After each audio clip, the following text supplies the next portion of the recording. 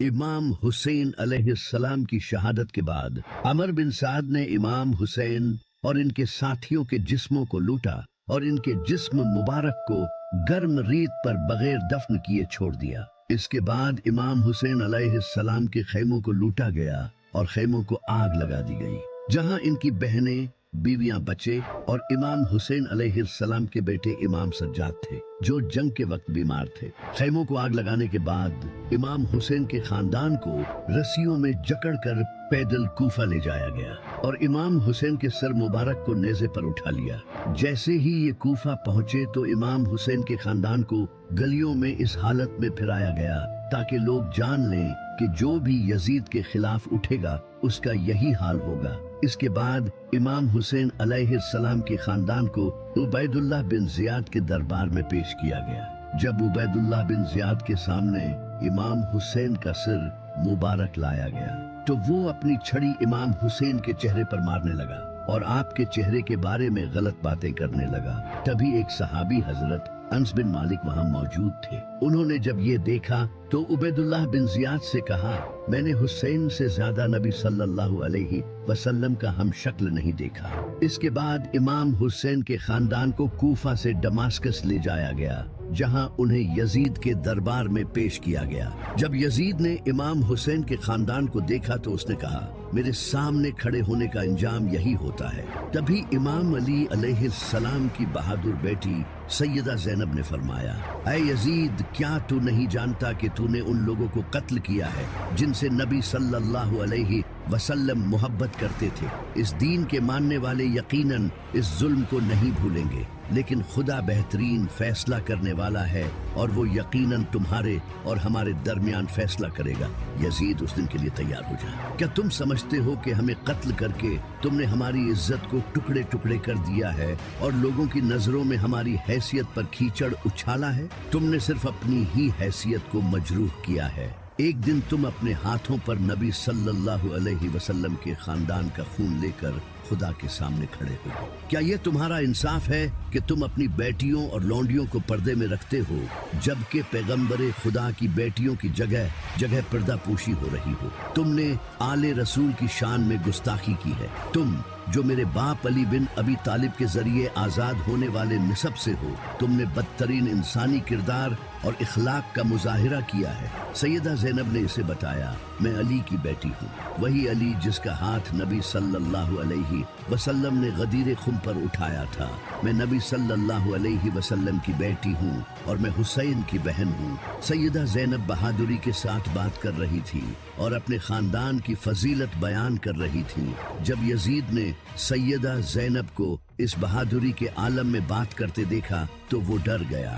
تبھی دربار میں ایک شخص بولا، ایسا لگتا ہے جیسے علی بات کر رہا ہو۔ اس کے بعد امام سجاد نے کہا، اے یزید، میں زمزم اور صفا کا بیٹا ہوں، میں اس کا بیٹا ہوں جس نے حجر اسود کو اپنی چادر سے اٹھایا، میں اس کا بیٹا ہوں جس نے مسجد الحرام سے مسجد اقصی تک کا سفر کیا تھا، وہ جو آسمان پر گیا اور سدرۃ المنتہا تک پہنچا۔ میں علی کا بیٹا ہوں، اللہ کا برگزیدہ اور محبوب، صالحین کا سردار، مومنوں کا شہزادہ۔ میں اس کا بیٹا ہوں جو لڑائیوں میں فتح یاب ہوا، جس نے کفار کو شکست دی، جس نے نبی صلی اللہ علیہ وسلم کے شانہ بشانہ جنگ کی، اللہ نے اس کی حفاظت کی۔ میں اس کا بیٹا ہوں جس نے سب سے پہلے اللہ اور اس کے رسول کی پکار پر لبیک کہا، سب سے پہلے نبی پر ایمان لایا اور سب سے پہلے اسلام کے لیے لڑا۔ میں اس کا بیٹا ہوں جس نے پیغمبر کو دشمنوں سے بچایا اور اسلام کی خاطر اپنی جان کا نذرانہ پیش کیا۔ اے یزید، یاد رکھیے دنیا فانی ہے اور ساری طاقت اور شان و شوکت صرف اللہ کی ہے۔ تم آج خوش ہوگے لیکن جان لو کہ تم اللہ کے فیصلے کے سامنے کھڑے ہوگے اور تم سے آل رسول کے خون کا حساب لیا جائے گا جو تم نے بہایا ہے۔ اے لوگوں، یہ جان لو کہ ہم نبی کی آل پیغام رسانی کا سرچشمہ اور مظلوم ہیں۔ ہم پر آنے والی مصیبتوں کے باوجود ہم اپنے ایمان پر ثابت قدم ہیں۔ ہم قربان ہو گئے ہیں لیکن ہم نے نیکی کا راستہ نہیں چھوڑا، لیکن ہمارا مشن جاری ہے جو کبھی رکنے والا نہیں ہے۔ یہ سب سن کر یزید ڈر گیا۔ اس کا پلان تھا امام سجاد کو شہید کرنے کا، لیکن جب اس نے یہ سنا تو وہ ڈر گیا اور اس نے امام سجاد کو زندہ چھوڑ دیا۔ اس کے بعد امام حسین کا خاندان اپنے گھر واپس چلا گیا۔ جب مدینہ کے لوگوں کو امام حسین علیہ السلام کی شہادت کا پتہ چلا تو انہوں نے یزید کی بیعت توڑ دی، کیونکہ وہ پہلے سے یزید کی ظالم حکومت سے غصہ تھے اور اب امام حسین علیہ السلام کی شہادت نے انہیں جگہ دیا تھا۔ مدینہ کے لوگ یزید کے خلاف ہو گئے تھے۔ اس پر یزید کو بہت غصہ آیا تو اس نے مدینہ کے لوگوں کے خلاف ایک بڑا لشکر روانہ کیا اور اس فوج کا کمانڈر مسلم بن عقبہ تھا۔ اس فوج کا مقصد مدینہ کو واپس یزید کے انڈر لانا اور جو لوگ یزید کے خلاف کھڑے ہوئے تھے انہیں قتل کرنا تھا۔ یزید کی یہ فوج مدینہ کے باہر حرہ نامی جگہ پر پہنچ گئی اور وہاں اپنے کیمپس لگا لیے۔ مدینہ کے لوگ تعداد میں بہت کم تھے اور ان کے پاس کچھ خاص اسلحہ بھی نہیں تھا، لیکن یہ وہی لوگ تھے جنہوں نے نبی صلی اللہ علیہ وسلم کی آپ کے برے وقت میں مدد کی تھی، یعنی کہ انصار تعداد میں کم ہونے کے باوجود بھی یزید کی فوج کے ساتھ بہادری سے لڑے، لیکن تعداد کم ہونے کی وجہ سے وہ ہار گئے۔ انصار کو ہرانے کے بعد یزیدی فوج مدینہ میں انٹر ہوئی اور اس نے ایسا قتل عام مچایا جسے آج بھی اسلامک ہسٹری کا سب سے بروٹل دن مانا جاتا ہے۔ یزیدی فوج نے پورے شہر کو لوٹا اور سرے عام لوگوں کو قتل کیا اور ہزاروں عورتوں کا ریپ کر کے انہیں پریگننٹ کر دیا، یہاں تک کہ مسجد نبوی کو بھی نہیں چھوڑا۔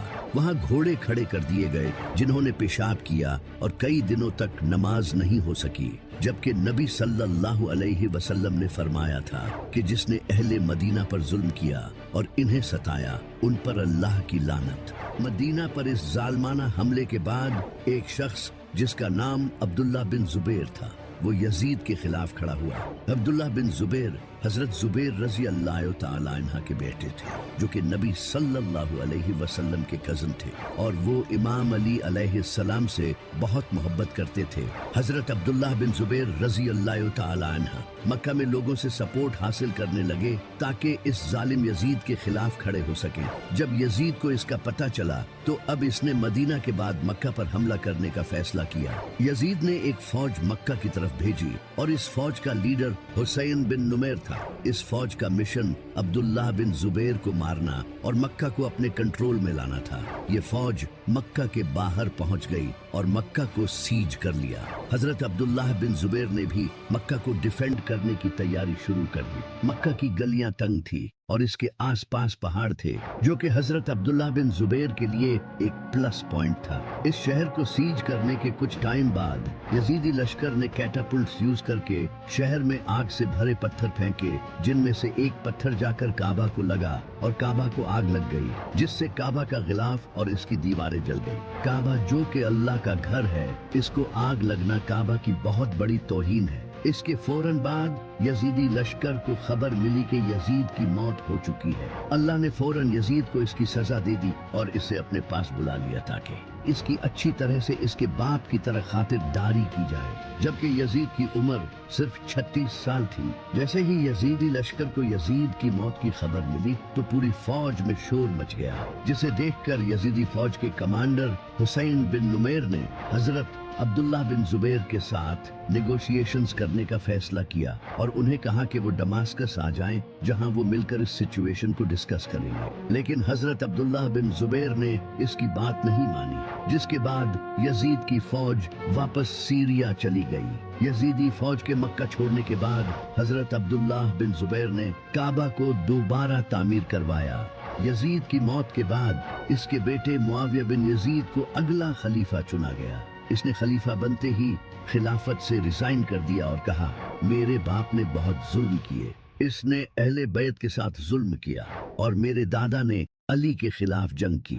آج خدا ہی جانتا ہے کہ ان کے ساتھ قبروں میں کیا ہو رہا ہے، اس لیے میں خلیفہ نہیں بننا چاہتا۔